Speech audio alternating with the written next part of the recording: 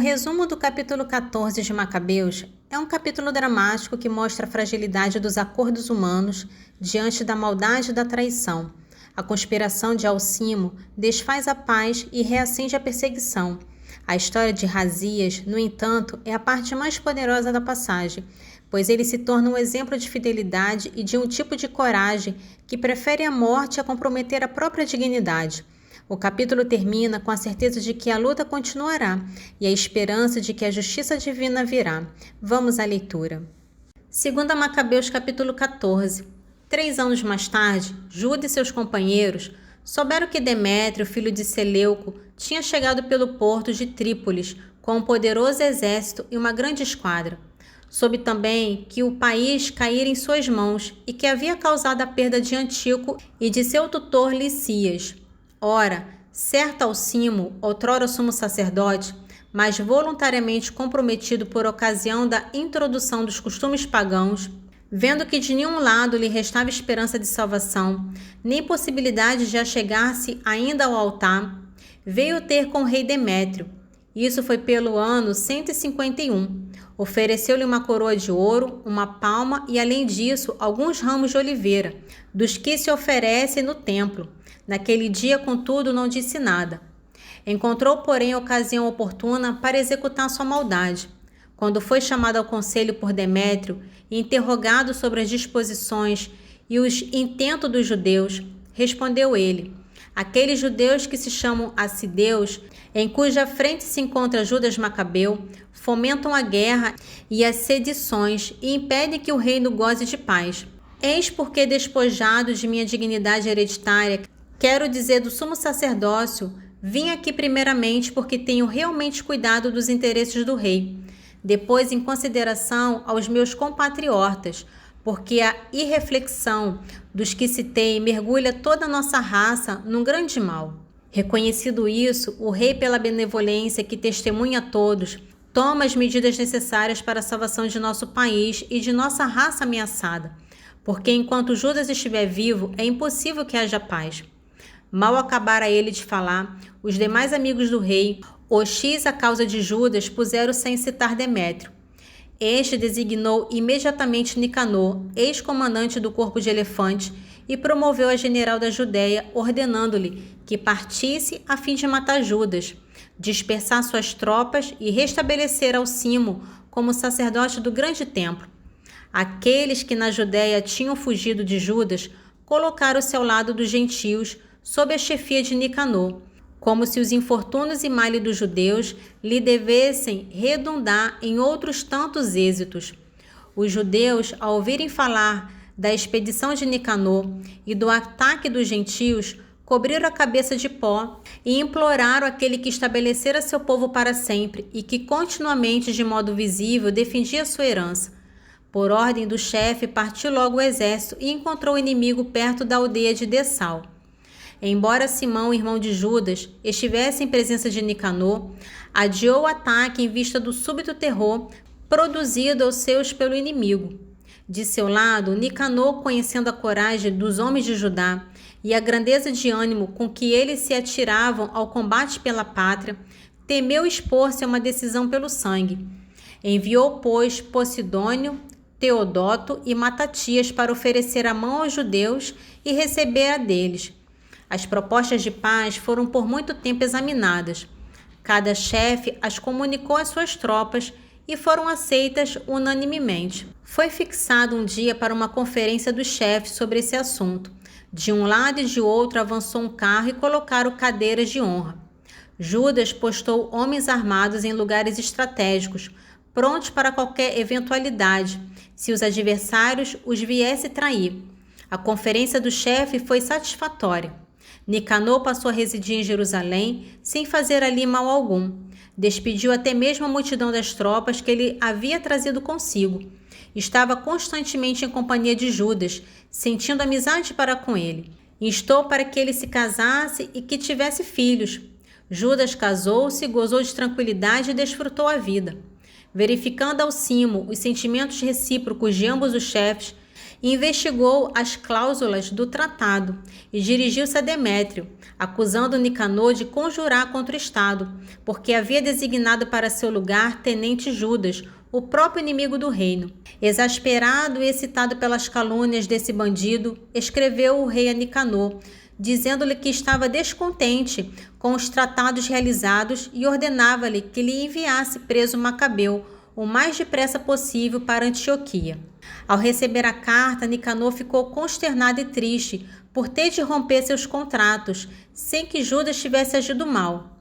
Mas como ele não podia contrariar as ordens do rei, procurava uma ocasião para executar essa ordem por algum ardil. Reparando Macabeu que Nicanor se mostrava mais rude para com sua pessoa e com uma atitude mais indiferente, achou que esse procedimento nada indicava de bom. Reunindo, pois, o grupo dos seus partidários, ocultou-se de Nicanor. Quando o outro reconheceu o que havia sido logrado, dirigiu-se ao grande e sublime templo, no momento em que os sacerdotes ofereciam o sacrifício, e deu-lhe ordem de entregar esse homem. Os sacerdotes, porém, juraram-lhe que não sabiam onde se achava o que ele procurava. Então, estendendo a mão para o templo, jurou: se não me entregar de Judas preso, arrasarei até o solo esse santuário de Deus. Derribarei o altar e no mesmo lugar edificarei um magnífico templo a Dionísio. Dita essas palavras, ele se retirou. Os sacerdotes então ergueram as mãos para o céu e invocaram aquele que sempre pelejou pelo nosso povo. Senhor do universo, exclamaram eles, vós que bastais a vós mesmo, quisestes possuir entre nós um templo por habitação. Ó fonte santa de toda santidade, conservai, pois, sempre livre de toda profanação esta casa, que há pouco foi purificada. Aconteceu também que Rásias, um dos anciões de Jerusalém, foi denunciado a Nicanor. Era um homem dedicado aos seus concidadãos, de grande reputação e cognominado pai dos judeus, por causa de sua benevolência. Anteriormente, por ocasião da resistência ao paganismo, havia sido acusado de judaísmo, e pelo judaísmo ele se havia exposto de corpo e alma com extremo zelo. Nicanor, que pretendia dar uma prova de sua hostilidade para com os judeus, enviou mais de 500 homens para apoderar-se dele, supondo que, prendendo-o, causaria aos judeus um golpe penoso. Com essa tropa, foi apoderar-se da torre e forçar a entrada, uma vez que havia sido dada a ordem de atear fogo e incendiar as portas. Rásias, quando ia ser preso, transpassou-se com a própria espada, preferindo morrer honradamente antes que cair nas mãos dos ímpios e padecer ultrajes indignos de seu nobre nascimento. Na precipitação, porém, dirigiu mal o golpe e, enquanto os soldados forçavam do lado de fora contra as portas, ele correu aminosamente para cima do muro e, com coragem, atirou-se sobre a multidão. As pessoas afastaram-se com rapidez e Rásias tombou no espaço deixado vazio. Todavia, ainda respirando cheio de ardor, ergueu-se e, embora o sangue lhe jorrasse como uma fonte de suas horríveis feridas, atravessou a multidão numa carreira. Em seguida, de pé sobre uma rocha escarpada e já inteiramente enxágue, arrancou com as próprias mãos as entranhas que saíam e lançou sobre os inimigos. Foi assim seu fim, pedindo ao Senhor da vida e do Espírito que lhes restituísse um dia. O resumo do capítulo 15 de Macabeus é um capítulo de triunfo. Ele conclui a narrativa principal do livro, mostrando que a fé e a oração do povo judeu, liderado por Judas, são mais fortes do que qualquer exército. A derrota de Nicanor é a prova definitiva de que Deus protegeu seu povo e sua lei. O estabelecimento da festa em memória da vitória é um testemunho duradouro da intervenção divina. A conclusão do autor é uma humilde e elegante despedida, finalizando uma das narrativas mais importantes do período intertestamentário. Segundo Macabeus capítulo 15, ouvindo falar que Judas e seus aliados estavam nas fronteiras de Samaria, resolveu Nicanor atacá-los com toda a segurança no dia do repouso sabático. Os judeus, obrigados por ele a segui-lo, disseram-lhe: não faças um massacre tão selvagem e tão bárbaro, mas respeita por teu lado o dia escolhido, e especialmente santificado por aquele que tudo vê. Mas esse tríplice celerado perguntou se existia no céu um soberano que houvesse prescrito observar o dia de sábado. Como eles respondesse, foi o mesmo Senhor vivo, todo-poderoso no céu, quem ordenou a celebração do sétimo dia, o outro replicou: também eu sou poderoso na terra e ordeno que se tomem as armas e se executem as ordens do rei. Todavia, não pôde executar seu desígnio criminoso. Enquanto Nicanor, no auge de seu orgulho, decidia erigir um troféu com os despojos de Judas e seus companheiros, Macabeu, ao contrário, deixava-se levar por uma inteira confiança de que haveria de obter auxílio do Senhor. Exortava seus companheiros a que não temesse o ataque dos gentios, a que se lembrasse dos auxílios já obtidos do céu e a que esperassem, pois também agora o Todo-Poderoso lhes concederia a vitória. Encorajou-os citando a lei e os profetas. Lembrou-lhes os combates outrora sustentados e inflamou-os desse modo com um novo ardor. Após ter-lhe reanimado o espírito, estimulou-os ainda, apresentando aos seus olhos a perfídia dos gentios e o desprezo da palavra dada. Assim armou a todos não com a segurança que vem das lanças e dos escudos, mas com a coragem que suscitam as boas palavras. Narrou-lhes ainda uma visão digna de fé, uma espécie de visão que os cumulou de alegria. Eis o que tinha visto Onias, que foi sumo sacerdote, homem nobre e bom, modesto em seu aspecto, de caráter ameno, distinto em sua linguagem e exercitado desde menino na prática de todas as virtudes. Com as mãos levantadas, orava por todo o povo judeu. Em seguida apareceu do mesmo modo um homem com os cabelos todos brancos, de aparência muito venerável e nimbado por uma admirável e magnífica majestade. Então, tomando a palavra, disse-lhe Onias: eis o amigo de seus irmãos, aquele que reza muito pelo povo e pela cidade santa, Jeremias, o profeta de Deus. E Jeremias, estendendo a mão, entregou a Judas uma espada de ouro, dizendo essas palavras ao entregá-la: toma essa santa espada que Deus te concede e com a qual esmagará os inimigos. Entusiasmado pelas palavras de Judas, tão nobres e tão capazes de excitar a coragem e robustecer as almas dos jovens, decidiram os judeus não acampar, mas arrojar-se para a frente, travar com valor a batalha e obter assim uma decisão, porque a cidade, a religião e o templo estavam em perigo. Não lhe causavam tanta preocupação as mulheres, as crianças, seus irmãos e seus parentes. A primeira e principal inquietação que tinham era a purificação do templo. Não era a menor angústia dos que tinham ficado na cidade, ansiosos pela luta que ia ser travada fora na planície. Todos já aguardavam a batalha decisiva, prestes a se iniciar. Os inimigos também já se tinham reunido para o combate. Os elefantes estavam postados no lugar conveniente, a cavalaria disposta nas alas. Macabeu, à vista dessa multidão imensa, do aparato de armas tão diversas e do aspecto temível dos elefantes, estendeu as mãos para o céu e invocou o Senhor que opera prodígios. Sabia muito bem que não é o poderio das armas que obtém a vitória, senão que Deus a decide, outorgando-a aos que ele julga dignos dela. Eis como foi sua oração: Senhor, vós que no tempo de Ezequias, rei da Judéia, enviastes vosso anjo e fizestes perecer 185.000 homens do exército de Senaqueribe, enviai, pois, ainda agora, ó soberano dos céus, um bom anjo que nos preceda, infundindo temor e espanto. Que vosso braço se estenda e extermine aqueles que, blasfemando, vieram atacar vosso povo santo. E com essas palavras concluiu sua prece.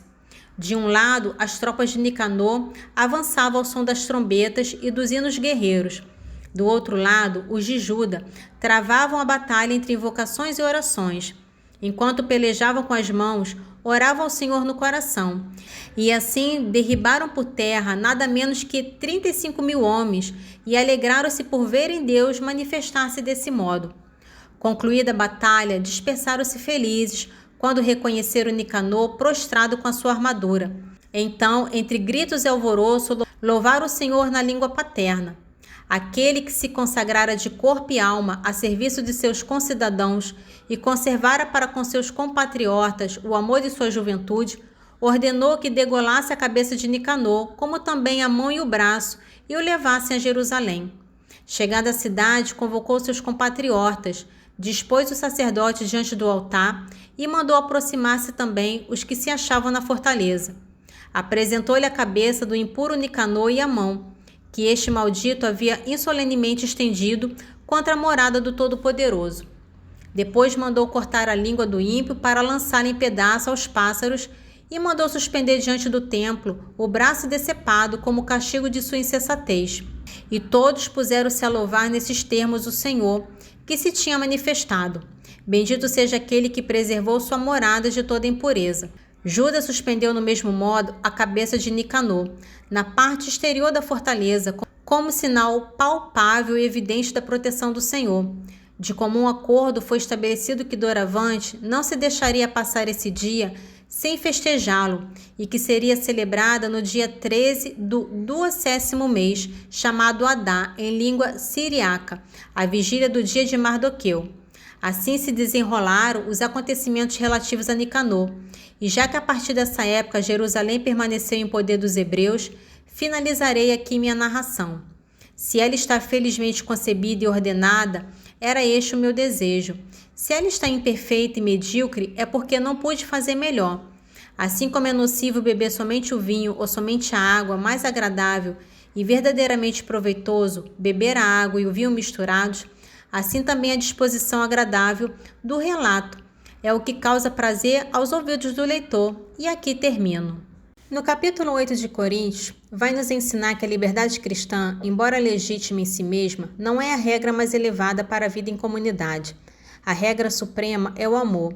Nosso conhecimento teológico de que os ídolos são nada nos dão a liberdade de agir, mas essa liberdade deve ser exercida com responsabilidade e compaixão.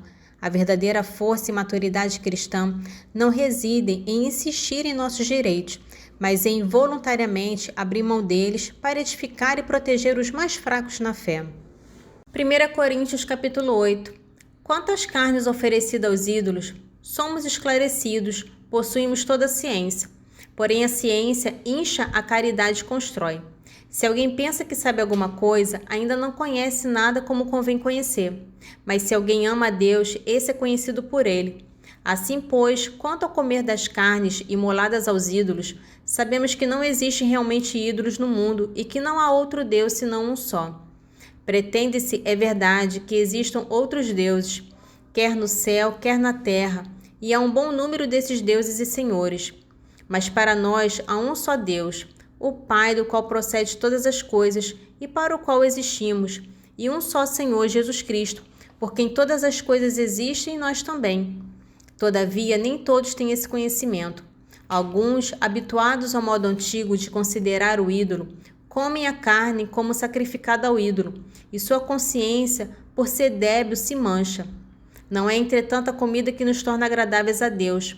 Comendo, não ganhamos nada, e não comendo, nada perdemos. Atenção, porém, que essa vossa liberdade não venha a ser ocasião de queda aos fracos. Se alguém te vir, a ti que és instruído, sentado à mesa no templo dos ídolos, não se sentirá por fraqueza de consciência, também autorizado a comer do sacrifício aos ídolos? E assim por sua ciência vai se perder quem é fraco, um irmão pelo qual Cristo morreu. Assim, pecando vós contra os irmãos e ferindo sua débil consciência, pecais contra Cristo.